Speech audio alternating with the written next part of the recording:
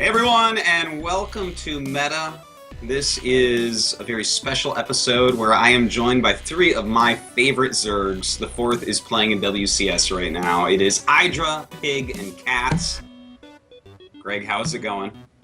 Pretty good. Just hoping that Moonglade wins, but he's going Roach Hydra, so kind of sad. Yeah, I'm hoping as well. PiG, what about you? Are you hoping for his victory or his defeat here? Of course I'm hoping for his victory, man. Australian solidarity. I think he's got it. I think he's a stronger player, but hopefully the game lag doesn't deal him out or something. Well, his 1-1 timing didn't work, so would it actually be better for the game lag to make a restart? Or should he play it from here? He's in an okay position. Oh wait, we have resumed from replay now, it doesn't matter. Okay, anyways, Catz, didn't Kane win? Didn't your player win? Yeah. Well, congrats on that. You must be feeling good. Feeling good indeed. Yeah. We had 5 players going into the tournament, 3 in the round of 8, and now the champion. So that's pretty good for us. And he is the second American champion in Root next to Vibe. So that's obviously good for brand and good for promoting and selling. So very happy about that. Very happy about the pizza thing going on as well. And I know most people are bored of it, but I will encourage you to go to pizza.gg, click on the root link, which Idra endorses as well. Right, Greg? Root for root. Thanks. And that was so funny. And he said root for root. I never expected to. Okay.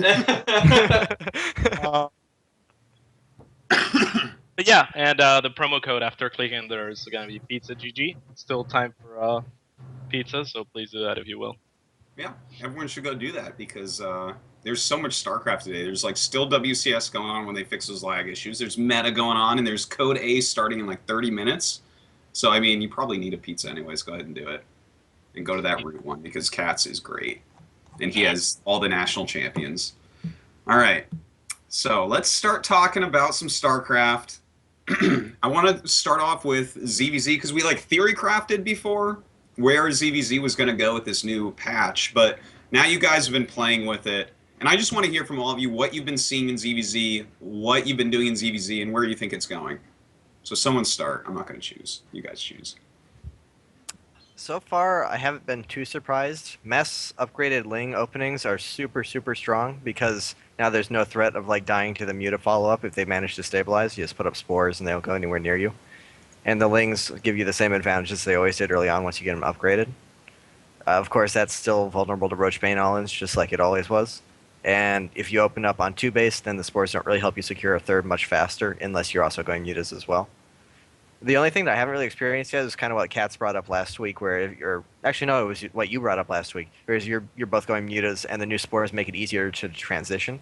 That hasn't come up yet. It still feels like if you're going muta, both players are playing kind of a game of chicken. They don't want to be the one to back down from the mutas and risk that timing. But it's I don't know. It still feels like to not go muta is taking a bit of a risk. PiG.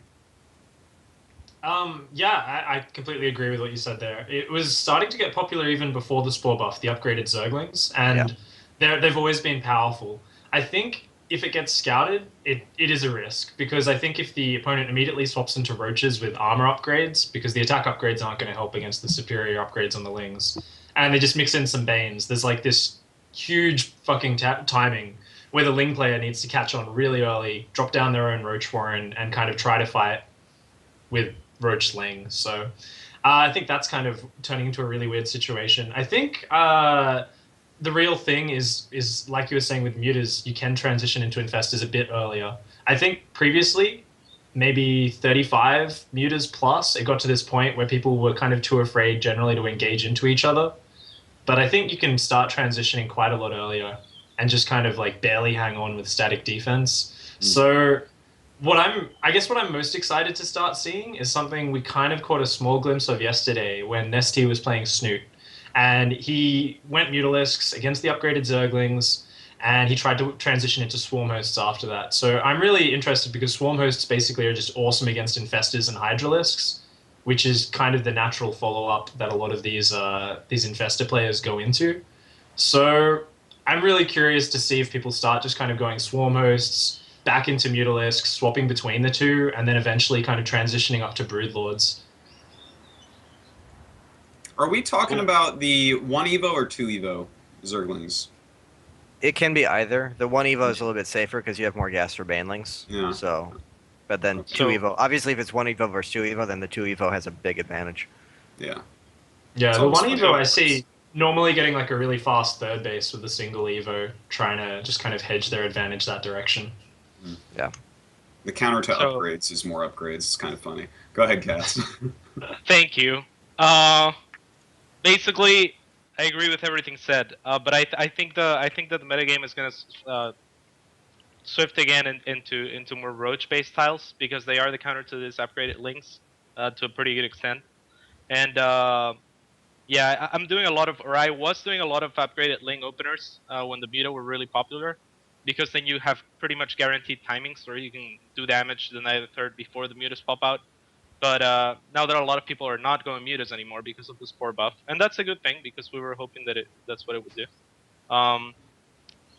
Then the upgraded lings are at a disadvantage against roaches and rocha lings particularly.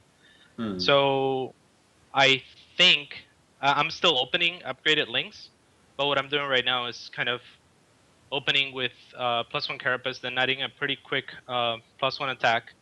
And if they take a third base, then I make mass links and try to deny it. And if they don't, I kind of just like take my own third and go into roaches. And the mutas aren't really much of a threat anymore. I played Greg yesterday or a couple days ago. How did that go? Not very good, because so the game starts and I'm streaming. I'm like, oh, it's Greg. So first of all, I was trying a temple build order that I was talking about with Gosu user, right? Mm-hmm. I was doing that like for the last few CVZs, but then it's Greg, and I have so much respect for him. I was like, you know what? I'm gonna play a straight up game, right? You shouldn't do that against Greg. That's what he wants. Like Greg's always good practice, you know, like it's a good test for my strategies. So I like don't do the, and I even go, and I say, you know what, guys, I'm gonna stop doing this right now. The temple, I'm gonna play a straight up game, and try to be Greg like that because that's his strength, and I think that's a pretty good practice. And then I start playing the game. Greg doesn't scout me a single fucking time. I'm like, well, this is not very much like Greg.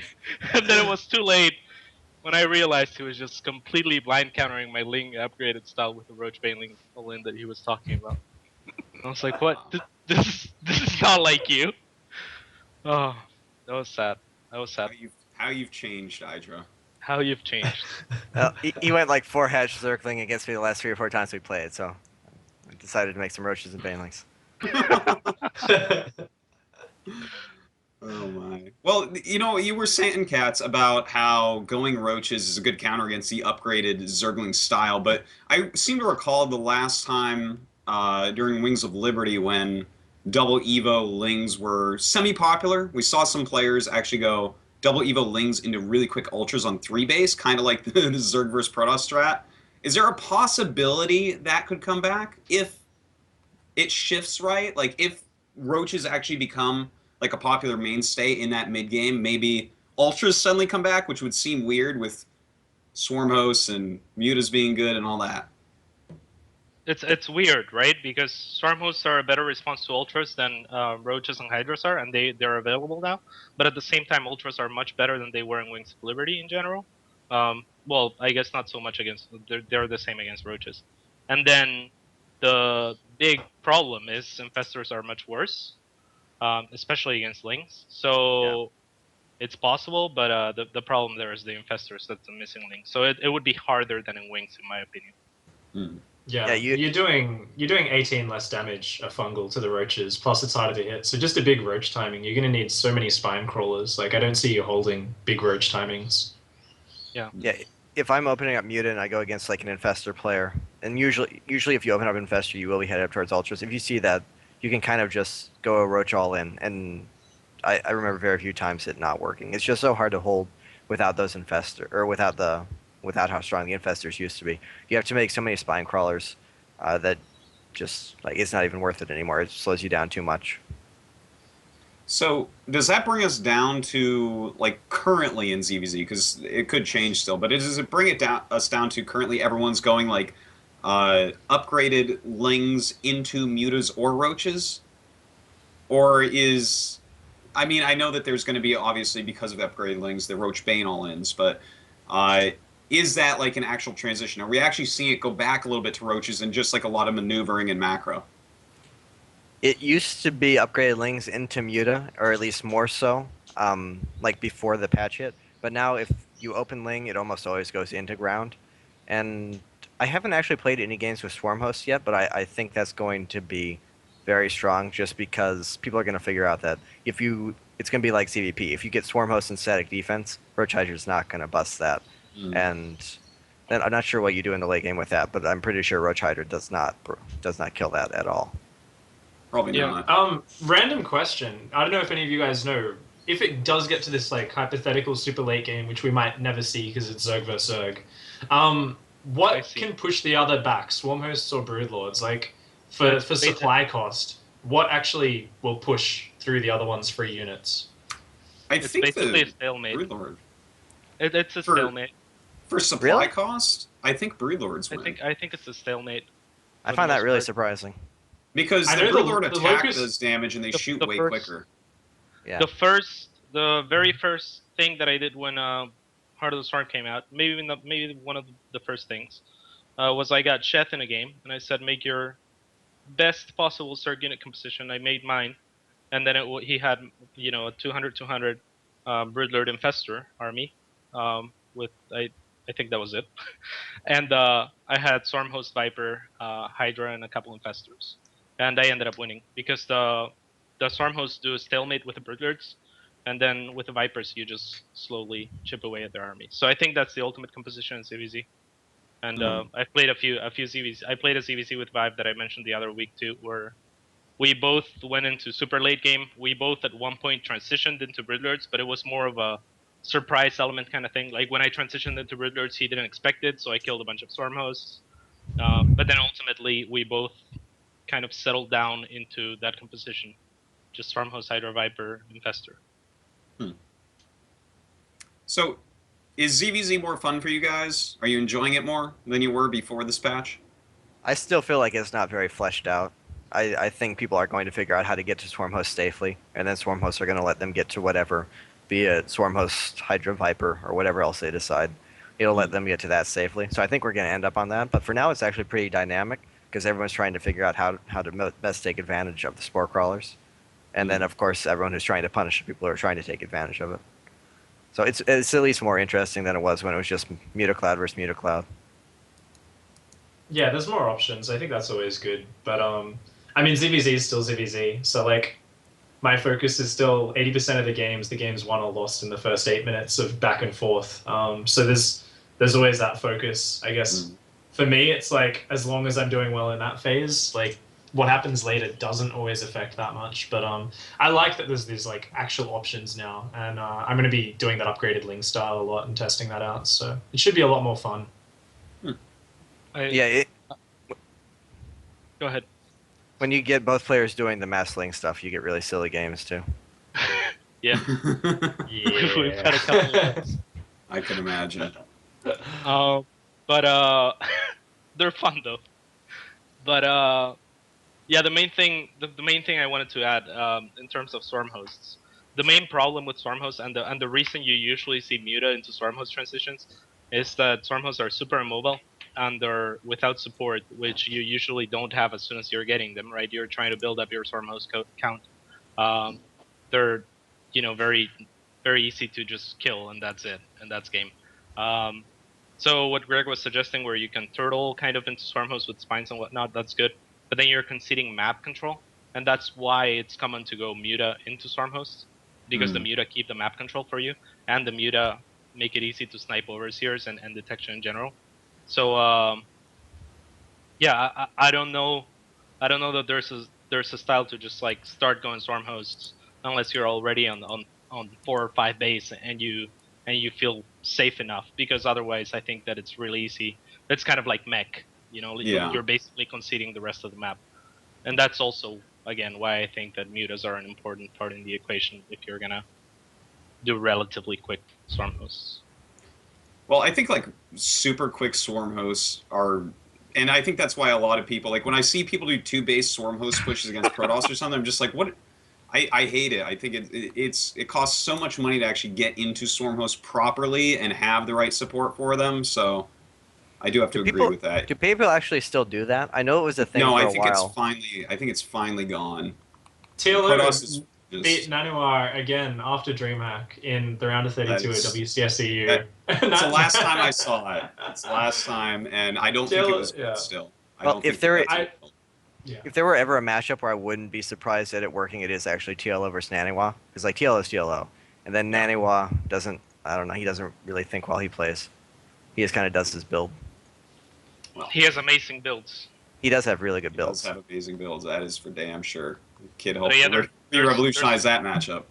I think that's more common with Protoss to like have really build-centric players. Like Kiwikaki was one of those. Like Kiwikaki doesn't give a shit about what you're doing. He just accounts for everything that he can in a build. Yeah.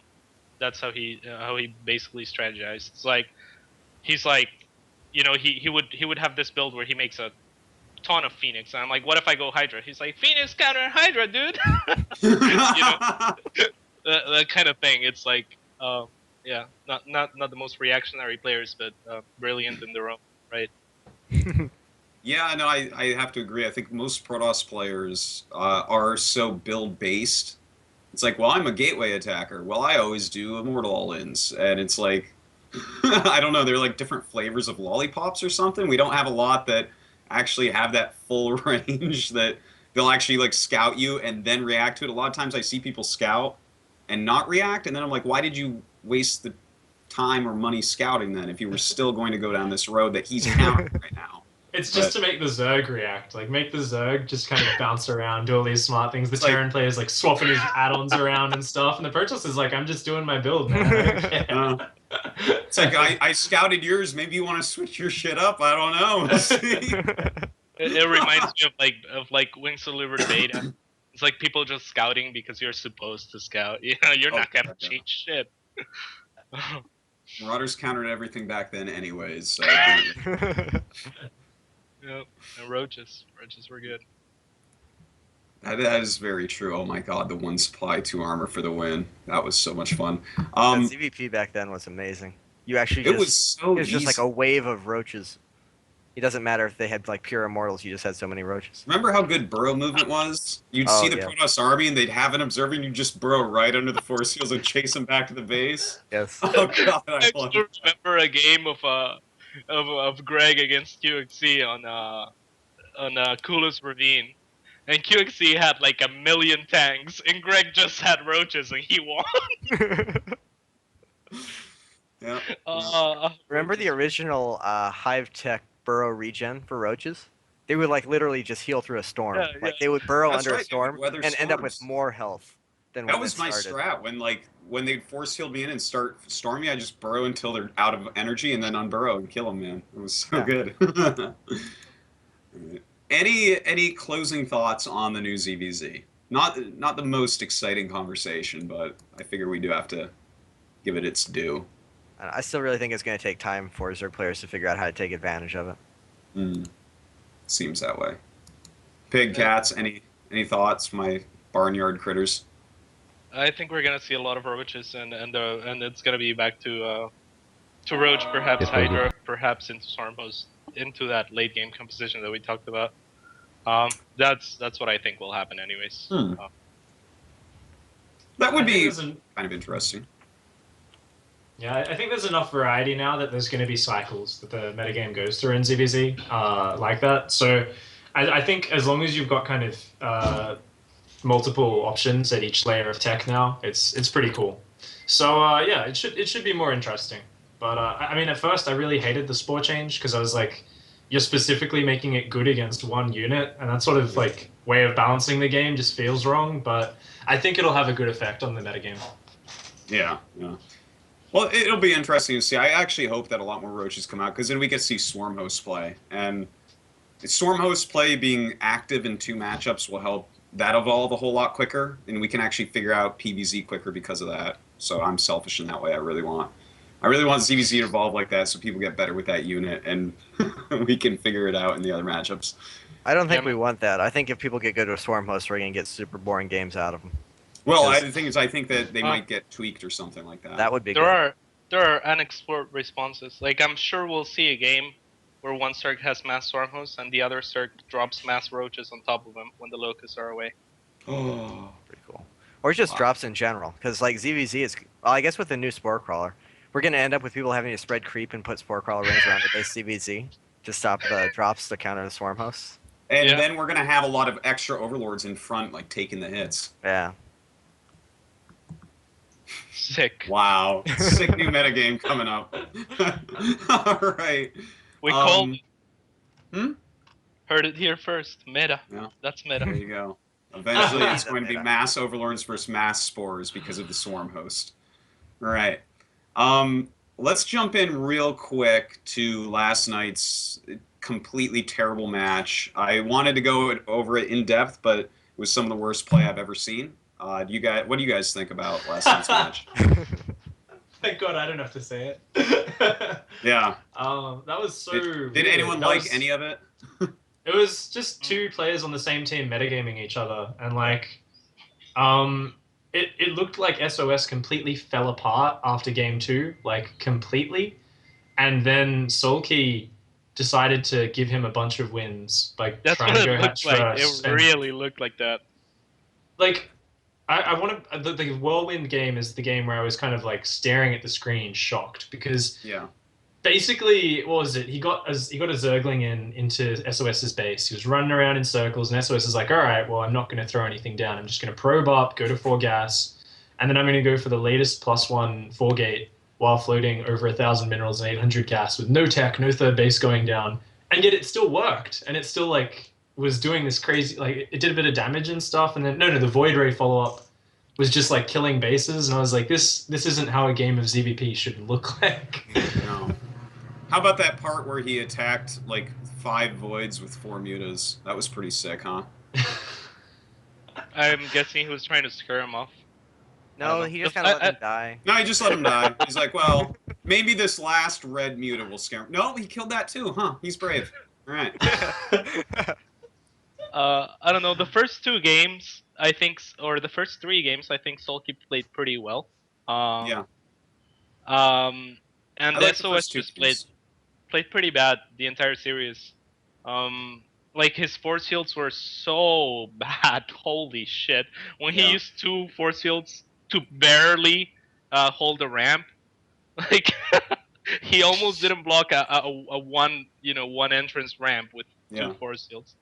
Dude, That's not like him. He's such a good player too. He just I played know. like shit. This was the furthest below someone's skill level I've ever seen anyone play. Though. Yeah. Like on both sides. The thing is, he's super stylistic, and like Pick said, teammate versus teammate, there's always so many mind games, and as the really stylistic player, I think that's a big disadvantage for him. And I Yeah. wouldn't be surprised at all if it was something like in practice games, Soulkey wins 99%, because he knows how much SOS likes those mass void ray compositions, and like we saw, he just fucking did Roach or Hydra timings every single game, and Mm. most of the time it busted his third. And if that happens every game in practice, SOS is going to go in feeling super unconfident, and that can make you play pretty bad, especially on a stage like that. Well, So, I tell you what, that's. I would chalk it up to that. He should But it was talk just- to Nanoa then, man, because first off, Nanoa really likes SOS, and second off, J-Dong did that to Nanoa, and then Nanoa came back and beat him. So Yeah, maybe I'm we not- get it some- was just so bad. So it's, like go ahead. like the 7th game, I have never seen such a like he attacked through the tiniest choke possible. If anything, it felt like he was trying to throw that game. That was so It seemed like they were bad both that- like it was. The Teammate amount of matches are infestors always that I weird, watched so. just walk into Colossus beams I- and oh, knock yeah. out spells was. I would have much rather seen Soulkey win in Game 4 and be like, you know what, Soulkey played a fantastic Yeah. series. Yeah. SOS wasn't at his best, but those 3 next games were just so shit. First the counter They were rush. so bad I can't even remember them. My brain shut off. Yeah. Like, First, it was the cannon rush on Whirlwind, which was a really shitty cannon rush, by the way. It wasn't like even walled in with pylons or anything like that. Soulkey could have pulled drones, whatever. But he takes his 4 gases. He was still in a good spot. He basically wins the game and then throws it. And then the next game, he gets cannon rushed and GG's. And this time, he decides to defend a much harder to stop cannon rush, because this one's actually kind of like, like there's a structure to it. There's like places to block with pylons. So instead of forfeiting his base and taking 2 more like he did in the first game, where he had an easy to hold cannon rush, he decides to overcommit. His finds are late. He loses drones attacking a pylon. It was just so sad to see that. Did anyone here think he ever had any chance holding that hatchery? Not a one. No. Could he have possibly made that mistake? Like, I mean, that was so bad, man. That was such bad play. If because the first cannon was not in range of attacking the hatchery, so I thought he could either hold the hatchery when it came up or make SOS overcommit. Because if SOS doesn't make enough cannons to, like 3 more cannons, then he can stop it with spines, right? And if he makes those 3 cannons, well, that's cancel fine. the spines. Yeah, cancel the spines. You just invested how many cannons? 4 total, 600. Yeah, let those things finish, and then you're fine. Yeah, 1,000 minerals on the cannon rush. That's completely fine. But just the way he did it, he just did everything wrong. Yeah. And then, like Greg said, the last game was a kind of a nice hold by Soulkey, but then SOS attacked so wrong, and then he got in good positions, and then he gave him away. Like it was so stupid to watch. It was like, okay, I got half your army force fielded. I'm gonna kill your 3rd base. No, actually, I'll just let it live for no reason whatsoever, like at all. No. And I'm gonna give up. He could have sent great... an observer at that thing and killed him. Yeah. And then he goes to the stupidest choke and gives the best arc ever to Soulkey. Yeah. It's like, what the fuck? He went into that single choke like 3 times, and one time he had 2 Colossus against 4 Corruptors, and he just let the Colossus die to the Corruptors. He didn't focus them at all. And he would have won, despite going through that terrible choke, if he had just focused on the Corruptors, I think he wins right there. And I don't know. It was just... It was like basically sub-Code A play. It was some of the worst decision-making I've seen from a pro PvC. Yeah. And he's one of the best Protoss in the world. It was actually really sad. He certainly is, like usual. And Soulkey did not play much better, just to throw that out there. Look how many Infestors just died. The first few games. The first few games, he played really good. Well, even then, then, the first 2 games I enjoyed, but it was just well done timing. So, I mean, he played good, he played clean, and he made the right decisions, but it wasn't spectacular or amazing. What, Catz? The roach drop into the army? What the fuck? Oh, yeah. That was the stupidest thing I've If you're ever not seen. throwing there, if you're not throwing the game like on purpose there. Like, exactly. What? And then remember when he over-suicided on that Colossus? When he chased it with like 10 roaches that were never going to catch it in a million years? Those roaches could have been 3/3 and had burrow movement, and they weren't getting that Colossus. Like, yeah, more than anything else, that little sequence of events would make me think that it was thrown just to protect his teammate.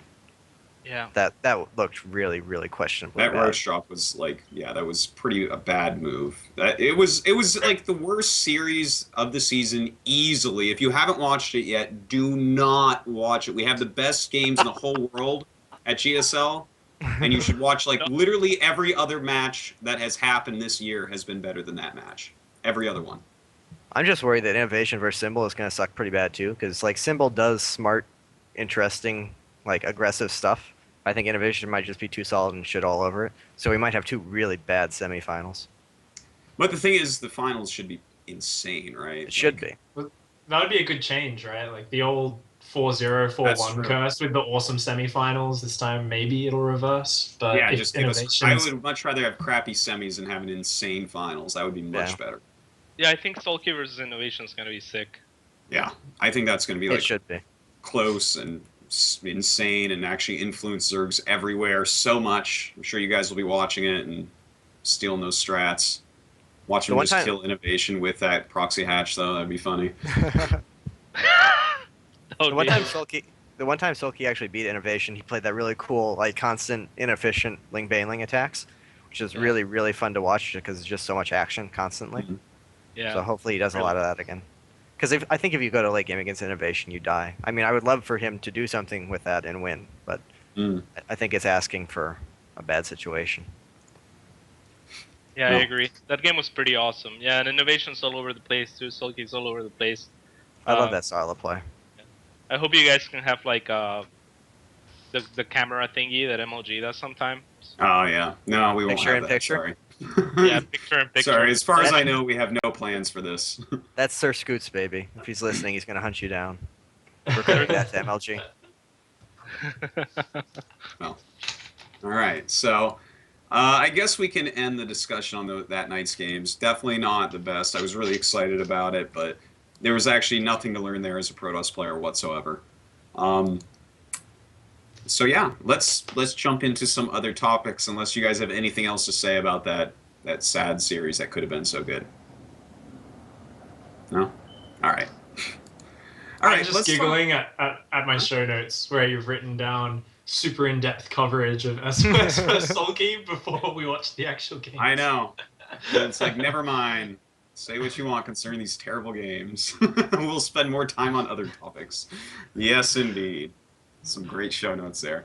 Okay, so let's see here. I wanted to talk really quick. I don't know if you guys have seen this a lot, but there's a gateway expand going around that it's kind of like what Nanoa used on Neoplanet S at DreamHack with the Quick Immortal, but there's like a very refined version of it that's been popping up a little bit. I guess some in GSL, and I think I saw it in Pro League too, but that might have been a GSL match. I'm not 100%. I watch way too many games. But anyways, it's a gateway expand, and then you throw down the Robo in the choke, and you go for 3 gates with the Robo, and you wall in your choke completely, right? You get the Mothership Core, and you pop your Immortals out on the other side, and you just chrono through 2 and get 6 Zealots and go. And it's crazy powerful. Holy crap, is that a powerful build. Like, in one game, Swagger, aka Songho, aka Killer, aka Baby Bye Bye, Swagger versus Leenock, he did it, and Leenock went mass Banelings and barely stopped it. And then I saw Flying do it against Hydra, and it was the easiest win that I've seen in the matchup. Like, have you guys seen it? What do you think? Give me the lowdown. I saw the ones Naniwa did, and there have been variations of that. Just like really cheesy NA Protoss will do similar things, like even back since Wings. Like it just pops up every once in a while. But I don't think I've seen that exact variation. I don't know. It feels like another one of those kind of builds where it catches you by surprise. It's just a free win, like you said, with Flying versus Hydra. The mass Baneling response is really interesting. I wonder if Leenock did that on the fly or if he knew that Killer does that kind of build sometimes. I think he did on the fly. But he was playing really blind, and he was doing his double upgrade Zergling style, I'm pretty sure, if I remember correctly. So he was like, well, this is the transition I got to do. But he didn't have a macro hatch, so he was actually like running low on units, and it was really, really close to working, if I remember that game. Like, yeah. I think fast roaches, if you're doing a standard sort of play, is probably the better response, but the time warps are super, super good at kind of just stopping your roaches from microing. Yeah. I've seen the build. Go ahead. It would just come so incredibly fast. You would have but I guess you know it's coming because you see the Robo in the wall, so you can maybe you can commit to roaches early enough. Yeah. I think you've got to watch the gases. That's the most important thing. If you can like peek in the main and check, like, yeah, this is super all in. So it's kind of the general ZVP rules when you think about it. You check their gas. They don't have any. You build units as fast as possible, and you should end up ahead. I don't think you even need to go into the main, because if you see a Robo in the wall and no gases at the natural, I think that's enough to tell you that you just make roaches. Yeah, I agree. It's a build that will catch you by surprise the first couple times, but it's not anything that will stay in the meta. Yeah. But basically, I think that the best response is probably not just mass banelings. Like when I was watching Naniwa against Jaedong and Yu-Gi-Oh, he did it against Yu-Gi-Oh too. I was like, Baneling Nest would be nice. But the problem, if you go Banelings, is that the warpings, come in waves. And the Banelings are great for the first wave. Yeah. But then as they throw more units at you, then you're being pretty cost inefficient with Banelings against Zealots. Because if there's not a big clump of Zealots that you can hit, then they're not great. Banelings are expensive. So I think that the best possible response to it is Baneling Roach with a few links. So that, you're actually doing more damage than just relying on the banelings. Mm. It hits so fast. I'm not sure you'd be able to afford both tech trees, but Yeah. Or I think or spines. It's so fast, this exact one, that I'm actually like, if you rally out a Warp Prism behind it, I almost feel like it's worth opening like that just to get them to go roaches that early, you know? Because if you're really going to be popping out roaches that early to try to stop this attack, it's 6 Zealots and 2 Immortals. It's not like you can't back that up into something else. Now, I haven't seen anything like that happen. I'm actually going to start playing around with it a little bit, but I don't know. I kind of was smitten by the build when I saw it. I was like, huh, this is like a clever thing that's going to screw 'em up, because you know your third base, if you're taking it's going to be really slow because it's a gateway expand, and then to kind of force you into that really defensive posture with like all those early units. I don't know. It's a pretty lean build, and it's only a full one gas. To transition into anything else from it would be pretty hard, to say the least. Yeah, it's super cheesy, but it's the kind of cheese that's good to mix in a series. Like, Yeah. Yeah, it forces the Zerg to toe a really fine line. If they're just a little bit off, they're just going to die to the first wave. yeah, Thank you, especially with Zerg the Council. especially with the addition of time stop. That makes Zealots so much better against roaches. Yeah. It does. Oh yeah. Yeah, I always make that mistake. Oh, 4-gate +1 pressure, 8 Zealots, we'll deal with this fine, and then just like time warp and another time warp behind it, and you're like, oh my fucking roaches just died, what the hell? All right. Yeah. Well, we'll get off of that. I kind of like having a little Zerg council here. I'm just like, what do you guys think about this all-in against Zerg? And y'all tell me. I'm like, all right, sick. All right. I want to jump into a little bit of ZVT discussion here, because we've talked so much about like Widow Mines and the different various metagame shifts, and we talked a lot about the Roach, like going roaches against that, and maybe doing like a Roach Baneling type of timing attack. You know, all three of you have talked about this on the show before multiple times, I'm sure. So there was a little change that I saw that I thought was really cute in Hiva against Yoda in, I think it must have been Code A. Yoda like saw that the roaches were out, and as we were discussing, like, oh, if you get some siege tanks, that's going to be pretty good against this. And so he gets some siege tanks. But the funny thing is, Hiva is actually like, he knows that Yoda's seen the roaches, and he gets drops. And he actually just went and dropped it all on top of the siege tanks. Which I looked at this, and if you use siege tanks to counter these roach timings, they're supposed to counter the Widow Mine type of play, because you're a little bit low on that early on. And then you just mix in the drop, which is going to be extremely hard to actually scout it happening.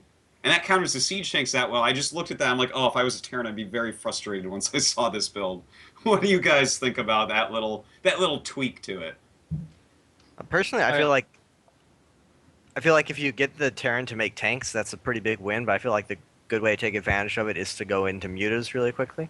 It seems like just dropping roaches on it, that's an easy way to waste an army if they just happen to have enough bio plus medevac. Maybe the timing's fast enough, because I didn't actually see that game. It was pretty damn quick in that game. Right on 10 minutes, 22 roaches. I remember I flicked on the game and I saw that, and I was like, this is the smartest thing I've ever seen. So it worked especially well though, because Yoda was going for Hellbat drops. So it was just a complete one-sided crushing. Yeah. But I think the timing's fast enough that normally there'd only be like 10, 12 Marines out, and they're normally going to be out of position, so you can, like, down at the natural. So if you can get in by surprise, you can kill one of the tanks or get on top of their production and force them to fight there. So it's an all-in? It's completely all-in. There's no upgrades, just roach speed and drops. I mean, and that's like pretty 22 important roaches. to point out. I didn't think it was. I thought it was a response to the siege tanks, but quite clearly it was a build that was planned. It's like a meta of the meta of the meta, is what it is. Yeah.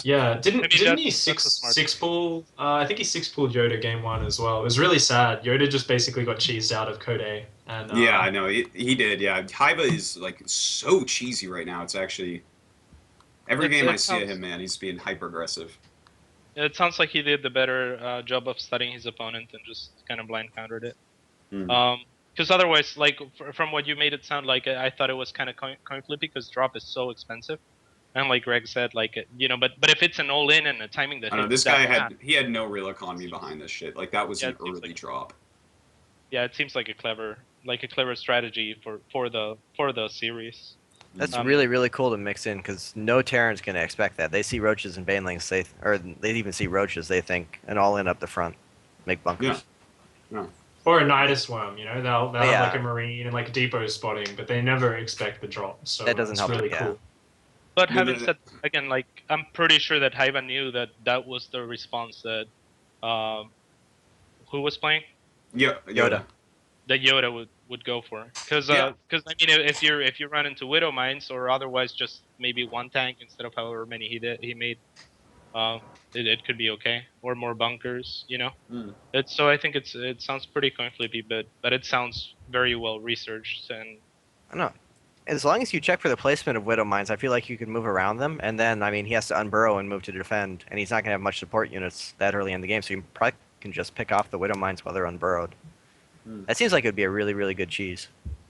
That's what it seems like. Just within current Terran play, it seems like it'd be super powerful. I just like it because the Like, reason I want if to bring you it up is we talked about that ridiculous like bus that we're seeing all the time still. Like we've seen it so many times, and then to have this mixed in, like if Symbol doesn't do that build one time to innovation tomorrow, I'll be really surprised. I think it's going to be, you know, something, especially with how many Baneling Roach all-ins he's been doing. Yeah. Like to mix that in one time, because Innovation's going to have to look at those games and say, I need a couple siege tanks or something. yeah, I suppose if they're not going tanks, then they're still gonna have all their defense and bunkers and mines at the front. So you could just drop in the back if they're not going tanks, right? Yeah, because that early they have so little bio in it. Because that's like right around the time they're starting to add their extra 5 barracks, assuming they do the normal build. Add-ons and shit. They don't start up yet. They don't have any marauders. Normally the siege tanks are sitting in the main on top of the ramp there. Like they're not actually trying to hold the front of the natural or anything like that. So it's pretty easy to get on top of the production. Yeah, so you just drop on top of the. If they are going tanks and the tanks die, then that's the end of it, because they'll just have marines and the roaches. Yeah, that I hadn't thought of it. Just like I was just thinking, okay, you're gonna drop on top of everything, but you can actually just drop the back. So yeah, you can drop wherever you want. Look at that. You get choices in StarCraft. Don't make me feel stupid. So are any of you guys going to give this a try? Like, is this something to bother mixing into your play? Maybe not as much on the ladder because it's not necessarily the best practice, but is this something that you would definitely use if you're playing a tournament coming up or something? Well, like you said, I think Symbol is going to be really, like, it would work really, really well, particularly given his style, given how cheesy he always is, and how willing he is to do those Roach main busts. I think he would be kind of a miss if he didn't mix this in at least once. It would be a great, right now, since it's not a common popular thing that Terrans are used to reacting to yet, it'd be a great thing to mix into tournament play. Yeah, I think so. Yeah, I think I agree. Yeah, I think I'll be practicing that a little bit on my my cheese account on Korea, which I practice all my little dirty builds on and make nerds rage. I actually watched that game live. Like, was that a week ago or something? And I immediately took a note down in my build orders to test out, and I haven't actually written down the timings or anything, but it looks really, really powerful because I get pretty frustrated against Terran, so I need some all-ins in my pocket for tournaments for best of fives. Yeah, something to plot against Igas in the next Australian land. Yep. Okay, Pig, just hand me over your notes. Too lazy to look at replays and shit. That's pretty lazy for a StarCraft pro, I have to say. Hey, I'm a reactive player, okay? No. You mentioned your cheese account. You have an account just for cheese on the Korean server? Yeah. Why? Yeah. Explain this. Is it is it a barcode, and is your other account a barcode as well? They're both barcodes, yeah. Okay, so now explain. Well, one, I want to have that the proper MMR for solid play, and the other one, I basically, if I'm tired but I want to practice a few more hours in the day, and I want to force myself to actually pursue gimmicky coin flippy play. I'm kind of like, this is a place I can experiment with that, and it usually ends up pretty high MMR, and I kind of feel a bit dirty because the builds I'm doing. I don't know. Like I don't know. I've always grown up as kind of a macro player, and I'm kind of like, oh, I can't believe all this crap works so well. But at the same time, it's like really useful. Then I go into a tournament, and when I've got like a big bracket ahead of me, I can just breeze through games by mixing in a few of these against weaker opponents. It's way better than tiring myself out just playing long macro games all the time. Sounds really smart. Is it ever getting close to the MMR on your macro account? Yeah, yeah. It depends like what cheese I'm using, man. That's what pisses me off. Like I put so much work into playing properly, and then I hop on and I'm just like drone pulling against Protoss and like killing them and like doing all sorts of just really, really silly all-ins. And yeah, man, that's ladder though. Yeah. What happens if the cheese account passes the main account? Do you just give up on macro play? Yeah, I just become like a cheeser basically in tournaments. Yeah, no, I think I'll I don't know, one or two games in like a best of 5 at most, one game in a best of 3 at most. Like 3 out of 4 games I still want to be playing standard play because that shit gets figured out so quickly. And then you like go through a long tournament, especially all the foreign tournament formats where you've played like 50 people to get to like the finals or the semis, and everyone's seen all your builds. So how many cheeses can you really have memorized and perfected? Whereas you can have 1 or 2 macro builds with like 20 different transitions and ways to kind of approach maps and stuff, and it's just way, way more solid. Idra, have you ever considered doing something like this? Because the He world has. knows that you are diabolically opposed to He cheese. is, actually. No, I've always used cheese builds every once in a while. I don't have a separate account for it. I've never done that. I'm too lazy to make another account. But no, I do that. I've actually always been a pretty big proponent of cheesing your first game in a series if you happen to have a build that you feel comfortable with, you know, just given all the circumstances, opponent and map and all that. Just because I think the psychological effect of beating someone with a cheese the first game helps you out so much for the rest of the series. Mm. My big thing is I just never practice it too much because it kind of feels like a waste of time to practice it. I just figure out a build and then I do that whenever I want to. How about you, But Catz? doing You it just do more. everything on the same account, don't you? I just do everything, man. Same account. Give a shit. I don't really. I've always had a reputation for being kind of cheesy and gimmicky, but I never really go all in too much. I've never gone all in much at all. I usually have different responses than most people to most things, but I don't necessarily go all in. It's something that I really need to learn to do a little bit more. As far as cheese goes, I suppose, depending on what you consider cheese, I may What's do your a lot go-to response to CC above the ramp? It's the standard of future. Really. Speaking of Like, which, we need for- some updates on that strat. 4 hatch before pull is the standard against a forge fast expand or a Nexus first. It's a known fact.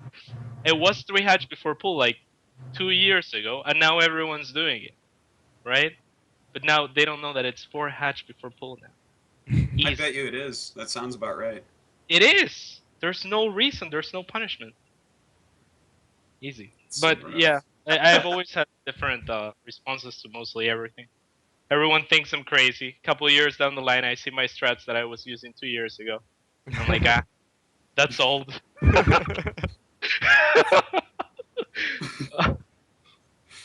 Well, But no, like actually, last time that I played Greg and he all-in me. At the end of the game, he was like, "I'm a personality now and shit, so now I can do this sort of shit. And I don't have to worry about being a player, or a good player." And I thought to myself, Greg, if you actually just did this, you could very well win more tournaments. Or honestly, I had that period after I came back from Korea where I just gave up on ZVP and I did Roachling all-ins every game, and I like won IPL off of that and beat Kiwi Costumes. The shit works. I remember never that. denied that. Yeah. that was some astounding stuff. No, it really wasn't. I just made roaches and links and attacked. It wasn't. No, but the astounding part was you doing cheeses. Oh, That's yeah. what was amazing because I've known you for so long. what if he just mixed them in like more often than he does? Yeah. Yeah. You know what? If there was someone that just told him before each game what build to do, kid would be unstoppable, man. I don't know about that. I might be going a bit far. It's a compliment, Greg. Have you tried Katz's strat that we talked about, by the way? I've been looking for opportunities to do it. I just haven't scouted at the right time with them going above the ramp. Almost everyone does it on the low ground now, or at least within the last like 3 or 4 days. Catz, did you cause that? I'm not sure because I don't see CCs on the high ground anymore. So maybe. Like, I've seen one. And I did it. All right, cool story. Pig, There's so Pig, much. have you ever tried Katz's strat? I know you weren't on that show, but Oh man, I watched that VOD because like everyone, whenever I was streaming, was like, "Have you tried out the hatchet, the natural? He's going CC first. Quick, do it!" And I'm like, I haven't even been drone scouting on ladder, so like, I'm just gonna build my hatcheries and build a lot of zerglings and mutas and play standard. Yeah. Okay. I think that we will go ahead and jump to a really quick little commercial break and then come right back, guys, so don't go anywhere. We'll be right back.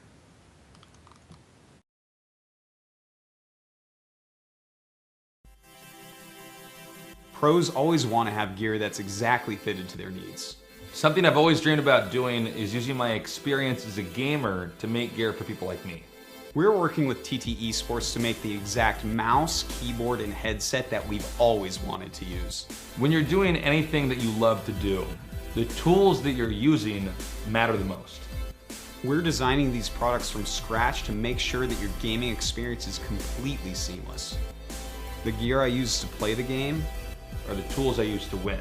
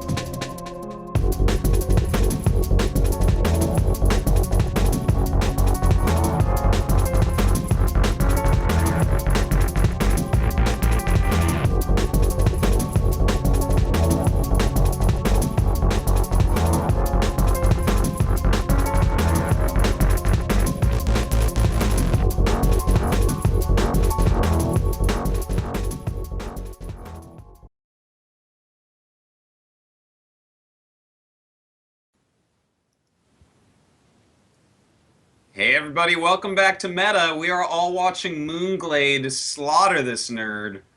And I hope you are too. You can check that out on twitch.tv/WCS_America. Moonglade, you were talking about how, Pig, you were talking about how Moonglade doesn't need an economy and you watch him win all these ZVTs. We're kind of watching that again. What do you, kind of repeat what you said there. What is it about this guy? He controls his late game army perfectly, and he just makes me so bloody envious. Like, I don't know.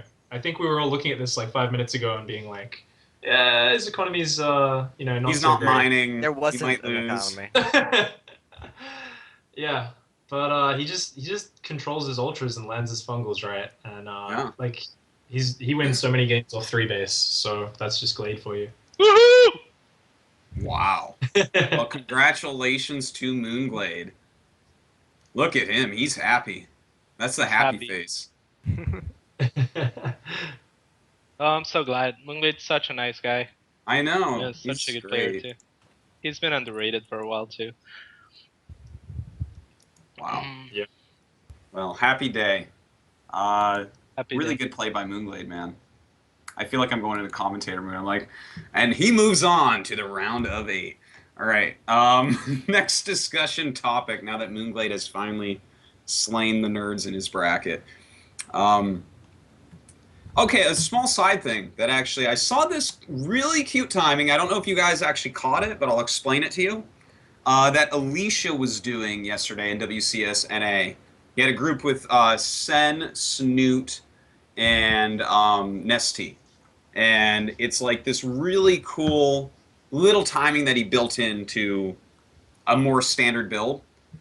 So he goes for a gateway expand, and he grabs the additional 2 gates, and then he gets the Stargate. And the thing is, he gets a Void Ray and starts +1 like immediately.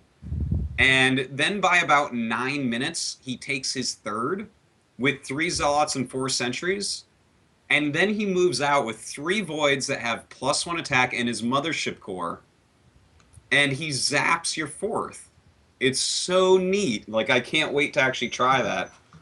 What do you guys think about that? Because if you look at the actual timings of it, this is pretty cool. Because even if they go Hydras, like, of course you can always warp home or something. But, you know, especially on some maps, the 4th is going to be a little bit closer to you. You can go hit that right away. Even if you can't, what if you go up into the main base? You're going to kill at least like a spawning pool or extractor and some drones. Like 3 Void Rays kill drones pretty quick. I'm excited about it. What do you guys think? Probably the opposite of excited being Zergs, but what do you think? I actually only saw the game against Snoot on Cloud Kingdom, so I got kind of a not the best impression of the build. Yeah. But Snoot actually played really cool on there. He like rushed Hive like really, really, really fast and rushed out his Vipers and then made the Roche Hydra army. Mm-hmm. And usually you just kind of do both at the same time, so that was interesting. I like the way Snoot did it, to be honest. Yeah. I really did. He was smart. It worked out really well. He was just really smart with his Zergling counterattacks and recognizing that Alicia didn't have anything on the ground because he invested in +1 Void Rays. I don't know. We've seen other stuff like that, like SOS doing his Void Ray attacks in the match versus Kongho and similar things. I don't know. It's good. I feel kind of sorry for Dan because he's trying to have his Protoss moment. We're just like, yeah, Snoot did really cool. I accepted this going into the episode, having 3 Zergs. It's okay. Yeah, I agree. Last time I played Alicia, he did not something similar, but stylistically similar. He denied my 3rd instead, with 4 gates instead of 3. Then went on to take his 3rd and transition into Mass Void Ray. I think he's one of the better players at using Void Rays. He really likes that SOS-ish style of just getting Void Rays, and I think understands that if you get enough momentum going, then they will crush anything for a long while. Mm. I like how you said that. He really understands the style of getting Void Rays. Well, he doesn't necessarily transition out of them if he feels like he has the momentum going for him, because really once you stop an attack of the Zerg or something like that, you know, like you don't really need to transition into it, and the Zerg has to account for so many more things than just Void Rays. That it becomes really hard because, like, you know, it's pretty rare that a Zerg goes just mass Hydras. You're usually taking up, you usually have some Roach support, or Storm hosts, or taking into mutas or something like that, and then a few Stargates are good against all of those things. So, It's really yeah, hard to I kill think off that sort of mass air style. Like, I think it works really, really well the way he did it. Like, he just keeps building Void Rays, and the Zerg's kind of like, how do I attack into this? Like, I don't know about you guys, but the only success I've really had, and this is ages ago, I haven't tried it in a while, when everyone was still getting used to HOTS, I'd attack with Hydras and a couple Banelings, in case he had, like, the Zealots on the ground. And I don't think that would really work if they just force field right and use their Nexus Cannon. But there's no... I find it really, really hard to punish these mass air styles. And I think it's really cool if you work in these kind of... Let's just clear out the vision with, like, a single Void Ray. And you can just rock up with 3 or 4 Void Rays from over some high ground or some trees. And you can ignore a Spore Crawler and a Queen. And you can use your Prismatic Alignment. You can kill a Hatchery in about 20 seconds with 4 Void Rays. Yeah. So it's actually insane the damage they do. I think it's really, really cool how Alicia was playing that. Yeah. I think the power of this sort of style is that, again, the Zerg has to account for so many more things. So if, like you said, they deny scouting early on, you know, pick off the Overlords and then just head into mass Void Rays, it's pretty tough. Like, if you're a Protoss player and you tell me, hey, I'm gonna go 3 Stargate Void Ray, then I go into Hydra Infestor, and it pretty much counters it pretty well. But then Hydra Infestor gets raped by Colossus, so you can't really just do that without having good intel. Or Templar. Or Templar would probably be the better one, because then you got the feedbacks for the Queens and the Vipers. Yeah, I mean, just the only thing is, if you're going Templar, you can actually mix a bunch of links in with your composition, and they kind of zone it out because the Void Rays don't kill them that fast, and so then the Hydra shoot down the Void Rays. But I mean, it's not an efficient fight for Zerg though. Like, I agree. I don't really know how to deal with if they actually get to that point. If they get up to 3 base plus a lot of Void Rays and then build support, I don't know. I was kind of hoping that was what was going to come out of Soulkey versus SOS, because I figured Soulkey would be really experienced with how SOS plays. He's going to show me the best composition fight against this. And they was like, no, I just kill him before that too. That's how I do it. So we still didn't really get to see. Well, I don't know what to do with it. I think that a good response to it is Queens and Infestors, Hydras, static defense. It all works pretty okay against it. Yeah. But I feel like it's really strong regardless, and the surprise element of it, like in that game against Alicia, right? I lost my 3rd, and then it was on Daybreak, so I was like, okay, I'm just gonna split this map and win in the late game. And then I got my 4th. I started splitting the map. Then I got like 10 Swarm hosts, and then he shows up with a fucking million Void Rays, and I have Mass Queen, Mass Hydra, and he still kills me. So if I didn't invest in the Swarm hosts, I stop it and I win the game. But it's so hard to just guess that they're going Mass Void Rays if they're not blatantly showing them around all over the place. Yeah. It's pretty hard to sneak in there with Void Rays in the skies. But, well, you know, I gotta say, as someone that actually doesn't like Void Rays and doesn't like to build them, and thus doesn't get to have as much of an opinion as I don't really use them against Zerg, I feel like Vipers are just like the most important thing. Now, I saw some micro recently that was like cool, but not quite perfect. I don't know what match was this? It was a group, it was like this cloud of Corruptors and Vipers, and they fly from the voids and then snag a void up and then snag it again and snipe it. But the guy, he missed microed, so he lost all his Vipers and he was losing Corruptors at the tail of it. But if it was perfectly microed, they have enough speed that this can actually, I think, become effective with someone that's really good with it. Did anyone see that? You mean Roro versus Flying? He was doing Corruptor Viper versus Air, but I'm not sure if it's the exact same. Oh, that was a different match, but yeah. That too. That was a good one. But I saw it recently where the Void Rays charged and kind of went after, and then the Vipers would like grab a Void Ray and pull it up. But the thing is, he'd like turn, grab, run, and then he'd have to grab it one more time to get it close enough to actually kill it. But he wasn't always doing that, and then he'd stop and try to kill it, and then the charged Void Rays would kill like 2 Corruptors.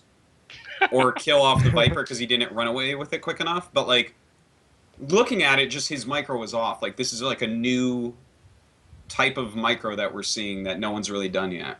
That's interesting. But I think it's something that can work. If the speeds actually line up, yeah, there's no reason not to. Oh. I've done some similar things. Like sometimes, you end up doing double pulls just on random units in their army, Colossi or Void Rays. But I think it always comes down to that Templar Viper dance, really. I mean, Yeah. those feedbacks can just shut it down. Like, I don't know if you guys saw, I think it was game 1 of Snoot versus Alicia on Belshire Vestige, where Snoot Nightist with Hydra, Ling, Queen, and was transitioning into Swarm Hosts behind it. And these were like, he had Vipers as well. So it was like the fastest, like 13-minute Vipers against Void Ray Colossus that Alicia was going. And it was like, okay, well, the Vipers should just yank these units in and win. And Alicia kind of just stayed really, really far back and just kept zoning out with force fields. He didn't even have Templar. And he just basically said, I'm not going to let my units get close enough unless you commit right into my base, and then I can kind of like trap you with force fields. And I'm just going to try and like get you into a bad position where maybe your abducts won't help that so much because I'm kind of going to bum rush your army with everything anyway. I thought that was really interesting that he actually managed to survive that Viper timing without High Templar. I don't know, vaguely related, I guess. No. I feel like it comes back to that, to the High Templars, and for that reason it comes back to the Storm Hosts. And I think on some maps that is probably one of the best ways to play CVP, because you can't rely on static defense and splitting the map on a lot of them. So you can rely on Locusts, Corruptors, and Vipers, which is much more mobile than obviously static defense. So I think it's a pretty good style for some maps. We saw Roro doing it. We saw Stefano doing it. Usually you want to yank bigger things than Void Rays. I don't know why it feels like every time I'm gonna yank a Void Ray, it's like not gonna make a difference, because they usually have so many. Yeah, but if you're willing to do it long enough, you can actually kite them infinitely. Then eventually you wear them down. Oh. Yeah. I guess that's what is important when you get to that late ass stage of the game sometimes in these ridiculous half map. But,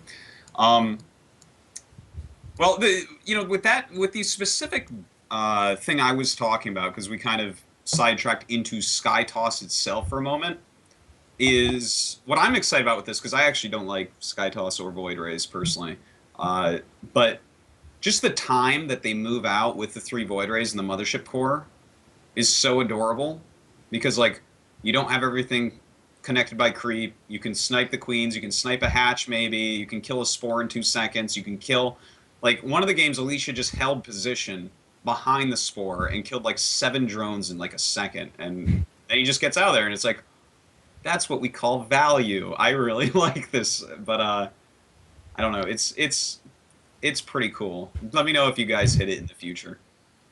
Unless there's a pack of Hydras out, I think it would always be cost efficient. Yeah. And then if there are, I guess you just warp home if the Hydras happen to be wherever you fly to, or you fly out of space, or... Huh? I think that Queens are better against Void Rays than Hydras are in general. But not a lot of people go Mass Queen, especially that early on. And the problem is Especially having not creep that out to your... Yeah, the problem is having creep out to your 4th at that point. No. If you Which, do that, I guess just okay. won't happen. Like, But I think that's kind of where the timing came from. Is like a lot of Zerg players are either trying to skip the Hydras initially and get straight to 70 drones, because you see a Void Ray come out, you feel really safe. Yeah. And it was really cool that Alicia was like, hey, I'm actually going to come out and punish you for this, because the other big style which it would be really good against is the style which Nesty was doing with the let's just go mass air. And there's no way when you're going for that fast 4th base to react to the fast 3rd of the Protoss, you're going to have Corruptors or Mutas out in time. So if you're just kind of like, I got maybe a Spore, I've got a couple Queens, you're never going to stop yourself from taking significant damage. So I think it's really, really good against people who are delaying the Hydralisks and trying to just kind of skip that stage of the game and get to the late game a little bit greedier. So it's really, really nice, small adjustment which punishes the Zerg players. and that's what we call meta. It's true. It's true. That's what metagaming is. Okay. It is a pretty meta build, and it's something that will not get super popular in my opinion. At least not for over a couple weeks. Yeah, it's good to see players exploding and exploring.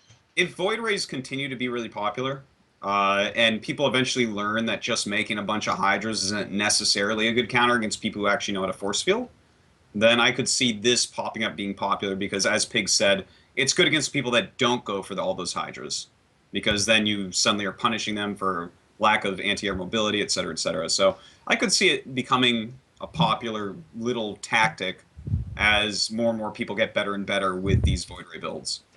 Especially if Skytoss and Mass Air kicks in, because if you're actually going to be going for Mass Void Ray, then the fact that you got the upgrade and you got some extra Void Rays early on, even if it doesn't really do damage, it's just on the path towards what you were going to do anyway, so it's not really a setback or a wasted investment.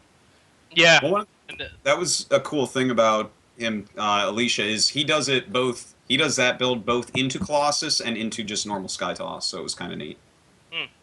Interesting. Yeah, I was gonna say Alicia really goes into Skytoss a lot, so that makes a lot of sense. Now that I think about it, even when you go to Colossus Army, having another 3 or 4 Void Rays in there, it just discourages Corruptors so much or makes them so much worse. That, it's never really bad to have those 3 Void Rays around. The only problem is what Snoot did on Cloud Kingdom. It's just you're a little bit vulnerable on the ground. Snoot managed to take advantage of it, and that's always going to be your weakness. That's the trade-off there. Yeah, he played really smart in that series. It has a weakness though. That's the thing. That's why I don't think it will be super popular. It's one of those builds that like if Alicia has his own style for the most part in PvC. Yeah. And I think the strength of Alicia is that he's the only one doing it. Much like SOS was really powerful for doing his own very style. So, yeah, I don't think it's gonna be a thing for long. All right, cool. Well, we will see. I think I have to agree with you. It's just like a kind of cool timing that's working right now for him against some very specifically, amazingly smart Zerg players. That's the reason why a lot of these meta-ish builds work, is because you're actually playing against smart, good players that react correctly. Okay, so our last little thing I want to talk about today, while I have 3 Zergs on the show, you know, you hear a lot of people throw around things like Zerg map, Terran map, Protoss map, that type of thing. What makes a Zerg map? This is a really open-ended type of discussion here. I want to know about your guys' thoughts as far as, like, what is a Zerg map? Like, currently in the ladder pool, what maps do you feel go which way? Like, what maps are good for ZVT, for ZVP, just Zerg in general, maybe? What is your favorite map of all time? How do you balance? We'll get into it, but start talking, my Zerg council. I can tell you what Greg's favorite map is on the map. Okay. I'm honestly not sure what mine is, so. For CVP, I'll tell you. Oh, tell me. Delirict Watcher. Is it not, Greg? Which one is that? Is that the one with the tiny little bridge? No, hell no. Which one is it? You hate that map. Yeah, I got it downvoted immediately. I thought you were joking or something. No, I'm in your head. The one that looks like Star Station. For CVP. No, that's the one with the tiny little bridge. The Start Station one? What? What wait. No, it's got the Star Station tile set. It's 2-player map. Oh yeah. No, wide open. Oh wait, I know which one you mean now, but I don't particularly like that. No. Why would that kind of looks like the map they use in Pro League, like Naru's Station or something. That's not the same though, right? No. I don't. They're not even like copies of each other. They just happen to look somewhat similar. Yeah. All right. Anyways, go ahead, please. Well, I guess I missed. What makes a Zerg map is it really varies per Zerg style as well and unit compositions, I think.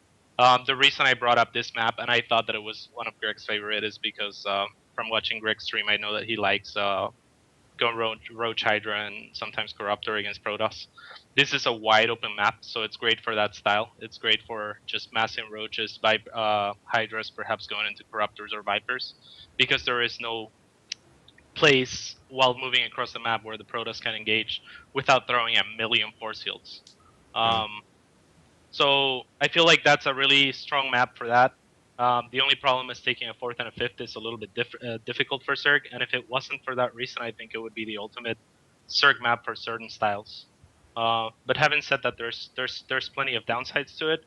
Stormhosts are pretty shit on this map, for example, because you have so much area to cover with the Locusts, and they're so slow that they can just go around it. So I think a Zerg map it just varies per style, and now in Heart of the Storm that there's so many options. It's hard to call a map a Zerg map or a non-Zerg map because I think it comes down to style. In In CVP, I think the biggest feature is how defensible the third base is for both races, and that comes down to how open or closed off the third is. And I don't know, the example that comes to mind immediately is Star Station. The third base is just so open, which makes it both defensible for Zerg, because you don't have to worry about force fields just when the Protoss is attacking. And it also makes it very hard for the Protoss to defend, because their defensive force fields aren't going to be as efficient. And I think that's the biggest thing, because, like Kat said, it's partially stylistic, but I really hate the late game. I hate playing Turtley Swarm host style. So I usually have to put a lot of pressure on the Protoss' third. If they get up to 3 bases running full economy against the compositions I like to play, it's really difficult. And so if you can put pressure on that third, it makes it really good for the way I play. And if you can't, then it's pretty tough. ZVT, if it can get to a half map scenario, I feel like that's really good for Terran. Like if it's Newkirk Precinct or something where they can really just split the map with one siege line, then I feel like it's really hard for Zerg. Other than that, it used to be that the third base was very exposed, then you would do like 2-2 mutiling baneling timings, but against mines, those aren't nearly as powerful as they were against tanks. So I don't think that's nearly as big of a deal. And then defensibility of expansions, kind of, but both races are so mobile now, that's not as big of a deal. It's mostly whether or not Terran can go for a split map and go for the turtley late game airbase kind of army. I think. Okay. Pig. Yeah, it comes down to how you want to play a lot. Exactly what you guys were saying, and especially what Catz was saying. Like, personally, I really like Whirlwind, just because I feel like if I play really well with a mobile-based composition, I should have an advantage. That being said, normally when I play better players on that map, they beat me. But I feel like as long as you got a lot of space, you got a lot of wide open areas, I don't know, if you're keeping the game in the kind of the mid game with whether Mutalisk, Zergling, Roach kind of compositions against the slower Terran and Protoss compositions, I think it's pretty powerful. And I also generally like any sort of third base that has quite a bit of space around it and is quite easy to attack into, because I do feel that it's always exactly what Greg said. Force fields are really bad when they're attacking into this wide open third base. Same when you're attacking into them. I don't know, I even actually enjoy Neoplanet, even though it's so small, because the third base is so far away from the natural. I feel like when I'm playing Terran players, they've kind of got to build bunkers, they've got to put like a siege tank on the high ground. And I think it gives the Zerg more freedom to kind of just go greedier or go in with a punishing timing. So I think more space and more openness tends to reward Zerg players. But if you're looking at general compactness in a map, things like swarm hosts and infestors become really powerful with static defense. Yeah, depending on how many paths there are too for the locusts. Like for example, there's that map, Belshir Vestige. Yeah. That is pretty. It's all chokes, which I think it's great for PvZ, especially for all-ins and two-ways timings. And it's complete shit for swarm hosts, because wherever you're sending your locusts, then they can just go the other way. To touch on what Pig was saying too, I lost my train of thought. Okay, I'll touch on what Idra was saying first. Like for example, I do like the late game swarm host turtley style. I'm pretty good at it. And for that reason, like Daybreak is my favorite CVP map, because it's really easy for me to take a third, defend it with swarm hosts, or a fourth, sorry, defend it with swarm hosts, and then go into the late game, and it's really difficult to break that position. And then I wanted to touch on what Pig was saying, but I just forgot everything that I was gonna say. Oh, Whirlwind. So yeah, the thing is, Whirlwind would be the greatest Zerg map ever in Wings of Liberty against Terran, but not so much anymore, because Terran has a lot of Zergy factions now. And the fact that their army is as mobile as any Zerg army with biomines. So that becomes a weird map, because then on Whirlwind, I think it's a fun map to watch CVT on, but it can be kind of frustrating. It's hard to cover all the airspace, so medevacs with speed boost are fantastic, and just biomine is just as mobile as Zerg. So you don't really get a huge benefit. That note makes me think of one feature which I find really important, specifically for Zerg versus Terran. If maps have a lot of areas where they can drop onto a base and then quickly pick up and go across a very narrow bit of dead space and drop on the other side to kind of protect from Mutalisks. But it's very, very long land route to get land units over there. I feel like Terran can conserve their drops for a really long time, and that's one of the problems when you start getting to 5 or 6 bases on Whirlwind. On both kind of sides you go in, the spawn locations take a long time for units to run all the way around to get up to, but they can kind of pick up and go from one side of the ledge to the other. So it's really, really hard, especially if you've got, say, just one squad of Mutalisks. You have to have enough Mutalisks they can take on the Marines on their own, or you're constantly waiting for like Zerglings and Banelings to kind of catch up, and you're wasting this huge amount of time. So I think the more obstacles, just the more powerful the speed igniter medevacs become, because the Zerg just doesn't have enough time to actually hunt them all down. It's really weird. ZVT late game is actually kind of catch-22, because if it's split map, then Terran can just kind of starve you out and go for Ravens and maybe even battle cruisers and just play kind of a war of attrition where they're more efficient. But if it's too big and spread out, if it goes too much the other way, then medevac drops just become silly. If you try and go up to hive tech and match their efficiency, then you just can't keep up with Marauder drops killing hatcheries. So it has to be a really delicate balance between those two features for Zerg to have much success late game ZVT. I personally believe that the same style that is invincible against Protoss is invincible against Terran if you can get there. Oh, the Stormhost stuff? Yeah, just Stormhost, Viper, Infestor, and Mass Spores in this case to counter what you're suggesting.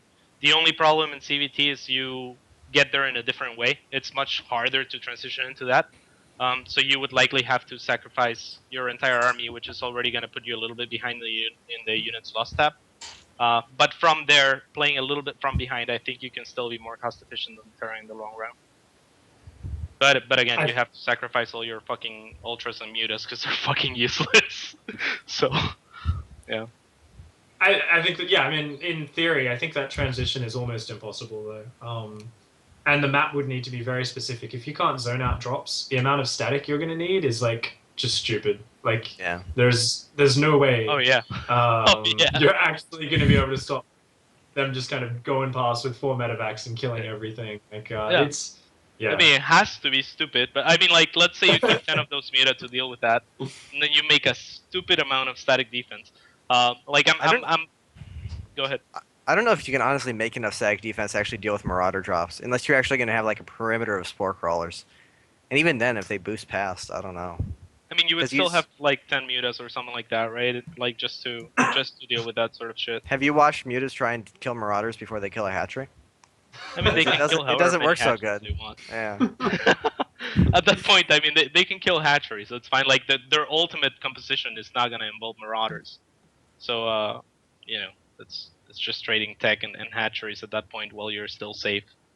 You can rebuild those, and they'll still have to sacrifice their Marauders.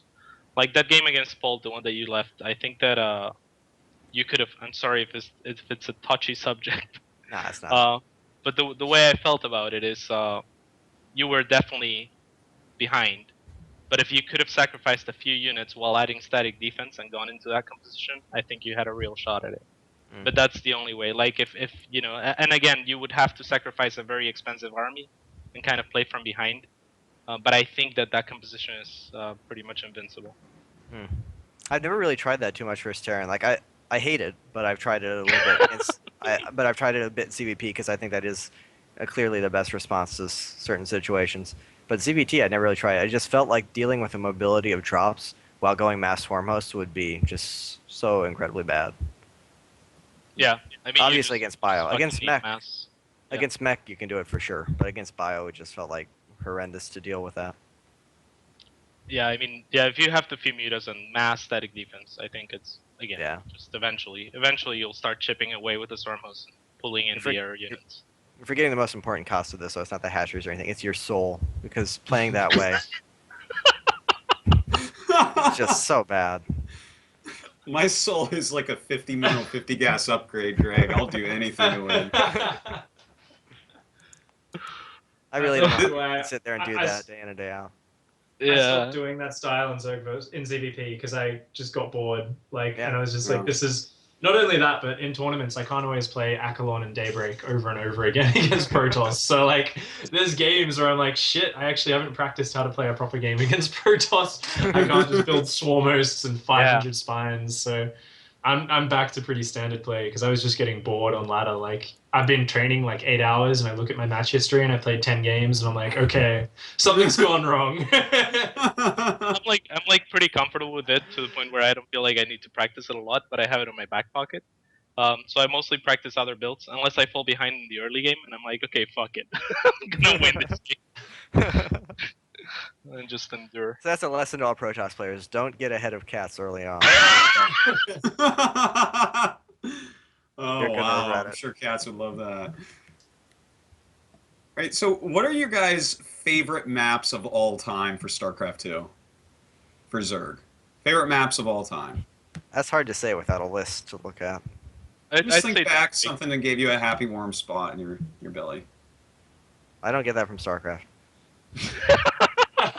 Maybe back in Brood War. All right, all right, I don't all right. remember For Brood you, War maps. Idra, for Pig and Catz, the question is the same. For you, which map made you the least angry to play on? I actually really liked Metalopolis, except for then you had vertical position sometimes, so it didn't go so good. Okay, Hmm. Metalopolis. That's not a bad choice. I'd Least say angry and cross spawns Metalopolis. All right. I don't know. I think Daybreak is pretty okay. Yeah, Daybreak is pretty okay. I think Metalopolis was misplayed a lot for a long time by both Terran and Protoss. No one really there to take the middle base, and that with BF and tanks was really strong for Terran.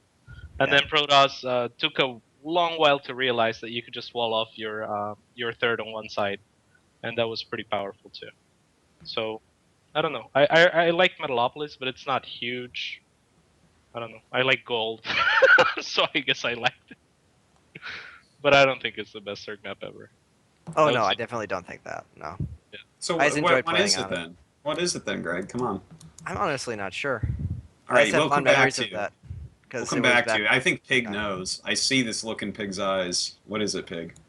I don't know. I'm actually like thinking of all these maps which I love, and I kind of actually have been really enjoying watching the Pro League maps because there's so many where they just make it ridiculously hard to like take a third base, or I don't know. It's just kind of there's so much wonky stuff that promotes a lot of ground-based aggression, and I feel like there's been quite a few phases in the map pool of StarCraft 2 where it's been like there's one entrance to your natural, and a screen away there's one entrance to your third, and they're both kind of choke points, and it's kind of like, well, the best strategy most of the time is take a third base and defend because it's really hard to actually get ground assaults in, especially when you factor in siege tanks, widow mines, bunkers, force fields, or with Zerg, Wings of Liberty, and Festers. So I think Whirlwind is probably my favorite. Like I feel really happy and comfortable playing on Daybreak, but Whirlwind is probably my favorite map at the moment of all time for both watching and playing on.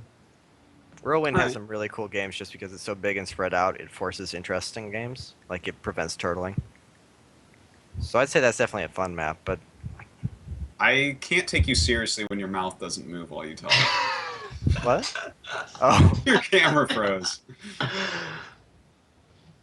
that's a magic So- trick. All right. So, wait a minute. So, Greg, do you have your map yet? I'm sorry. I was just like waiting to say that to you. I'm really bad at picking favorites and bests and worsts. Yeah, that's why I'm putting you on the spot, man. You got to do it. Catz, do you have yours yet? If I had a list, I could do think it for sure, Daybreak. I but think can't Daybreak remember. is. Yeah, Daybreak's- I've never Daybreak's hated great. Daybreak.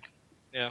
You know what? This is actually really interesting into the psyche of a Zerg player because Pig was saying how he gets so bored from turtley type of, like swarm host based play, and he likes to play like a more active game. So he likes some of the more aggressive maps. He loves running around in Whirlwind, whereas Catz, very well known for turtling behind swarm hosts and spores and spines, likes Daybreak. It's kind of an interesting thing. It's kind of weird too because like I enjoy watching my opponents struggle too a little bit and not just playing myself. So I don't know. It's kind of like where you get the fun. Like I don't I don't know. It's weird. I don't hate I that get you. style. Yeah, If I was still playing Zerg, I would definitely be doing Stormhost player all the time. Like I enjoy getting there and being like I win, and then when my opponent asks me like what do I do from here, it's like the best feeling ever. Yeah. It's like you don't do anything. You don't do anything, the game is broken. All right, Idra, do you have an answer for us? I'm looking through a list of maps trying to trigger my memory. Okay. We'll give you a minute on that. Jungle Now- Basin. Oh fuck that! Jungle Basin. Yes. It's right up there with what was the 4-player map with like the backdoor expansion. Delta Quadrant. Yes. No. Oh, what a horrendous creation that was. Yeah, that was horrible. Good old Delta Quadrant. Oh yeah. I know. I think I'm gonna stick with Metalopolis, but with the clarification that it was like within the current meta before Terrans and Protosses kind of figured out half map turtle and stuff because it's like they weren't good enough to really keep up with Zerg's production in the late game. So that created a lot of fun games that were good for me. So that's like a personal favorite. And then best for Zerg would probably be Daybreak at the end of Wings, and then current best for Zerg, I don't know. If we're doing favorites and what brought you the best memories and shit, I'll pick Steps of War for mine. Actually, I have quite a few good memories on there, just because every win on there as Zerg felt like such a fucking accomplishment. It was like, he was sieging my natural from his natural with tanks, and I won anyway. How fucking amazing am I? Yeah. It was a special time. Yes. It's like, yeah, my only base that I had left, I had to Nidus behind some rocks that he could have just shot down, but I still ended up winning that game. I gotta say, actually, Metalopolis from back when I played Zerg, that was my favorite, I have to say, for all the same reasons you said, Greg. All right, now I want to do just a little theorycraft to really show exactly what it is that a Zerg wants on a map. If you could create a map that is so ridiculously Zerg favored, what would it be? And it has to be for all the matchups at once. What would be just a few of the things about the map? Like, what would the size be? What would the chokes be like? How open would it be? Would it have, like, just one entrance through the center so that your locusts always go right through? What would it be exactly? That would make, like, the ultimate Zerg map. Like, what should map makers stay away from if they want the game to still be any good? There's just no obstacles, like no terrain, no high ground. There's no terrain, it's just like 3 open bases or something? It's just a Yeah, field, it's man. flat. It's flat. It's flat No for sure. hills, nothing at all. Just a flat map. No Wow. airspace either. We'll abstain from Muta, that's fine. But there will never be Zerg any is props. gross, man. This is Yeah. actually what Zergs want. It would just be a really long map, a fucking huge, kind of wide. It would be Not like a too wide. ramp. Not too Not wide. too wide, but there's no airspace whatsoever. You know, not too wide because you want the locusts to flow through. Wow. This is like the grossest thing I've ever heard. What a terrible game this would be. You basically just want to play on like a flat, desolate wasteland. Nothing interesting there. That is what Zerg is, I guess. Yeah, I somehow knew that it's was not gonna be what the Zerg answer. is because we would abstain from making infestors, mutas, and that's it. Everything else would be great. It would be just the Stefano Roachmax every single game. Yeah. After 6 pulling, sure. Oh, that. Yeah. I don't know. After seeing Parting defend some of those like 10-pool Zerglings to get in his main, he doesn't actually have a unit or anything, and he still defends it fine anyway. I think I'll stick with the Roaches. Maybe. Yeah, there wouldn't be any space in between the gases though to like make sim cities. Oh shit. So- Okay. You'd probably be playing the game on fastest settings too, so bit of a difference. There is that. No. For that. Well, Yeah, I actually noticed that the other day. I think every map in the current pool has like the pocket where you can hide all your workers in, and you can one-hit Zerglings when they come into your mineral line. So every single map now is kind of a little bit early pool defensible, as long as you micro it correctly. So yeah, I thought that was really interesting. Like 6 pools shouldn't work, or early pools shouldn't work as much anymore. yeah. Just due to map design. Let's see. Well, I think that's all I had on the maps, really. That was like some funny and cool answers. I appreciate you guys for participating in my own little Zerg-based experiment here. I don't really have anything else. You guys have anything else you want to bring up about StarCraft while we're still here? Starcraft is awesome. Yeah, That's true. there's just so much shit. Everyone should continue to watch WCS NA, Europe, all the tournaments that are happening. It's impossible Korea. to cover it. Korea, of course, obviously. Mm. We're gonna have a great finals of Innovation against Soulkey after Innovation smashes that nerd. And yeah, I guess it's just impossible to cover everything. I guess. It is. Yeah, there's no way that people could suggest what needs coverage either. Yeah, no, it's... I tell you, man, there's actually so many matches each week. All I do is StarCraft. Yeah. StarCraft and change the baby's butt, man, and she doesn't poop that much. I swear, there's like too much. You can watch Starcraft. But too much is a while doing good that anyway. thing. Too much is a good thing. All right, so I guess we'll just jump into shout-outs. Pig, why don't you start us off? Just shout out to any fans, my team, Exile 5. Yeah, just anyone watching the show, tuning in and listening to us talk about StarCraft. And thanks for having me on, man. Of course, anytime. Idra, shout-outs. Follow me on Twitter at Idrajit, and like my Facebook page, Idrajit, and watch my stream, which is twitch.tv/Idrajit. And thank you all for watching. Wow. That was really good. Thanks, Craig. That sounds like when I do it with Tasteless, because he's got like all these different things because he has a regular word as his ID. Catz, how about you? Yeah, thank you for having me. Thank you for watching, everyone. And yeah, one more time for whoever it's not too late and is hungry, go to pizza.gg, click on the root link, and the coupon code is pizzagg for 50% off. Thank you very much for to my sponsors, especially that's keyword. And yeah, I think that's it. Thank you very much. Sick. And by the way, just a real quick question. I may as well ask you on air while we're here. Why is there someone on the European server with your exact ID that's in Grandmaster? I have no idea. Is he I a don't know fan, who or it did is. you both think to have Catz with a Z at the end capitalized as your ID? Oh, I'm sure it's a troll or a smurf. Okay. Right. That's just really weird. I'm I find it. flattered, sort of. But I heard Yeah. he talks shit a lot, so he might just hate me or something. Why don't I tuned into Grubby's stream and he hit Grubby and they played like Name the Fruits and they had to name different ones, and like if they named the same they lost. And like 3 fruits in he said orange for the second time. It was like, I was like So I messaged you and I'm like, Catz, how are you this stupid? Like you just said orange like the time before. Like this is some elaborate troll that I just don't know how to laugh at. But anyways, thank you for answering that. As for me, guys, thank you for watching. Sorry that we had to start late. We were going crazy watching Moonglade. A lot of fun there. Congrats to him. Thanks to everyone who came on this week. It was kind of a fun episode having 3 Zergs. Hope you guys enjoyed it as well.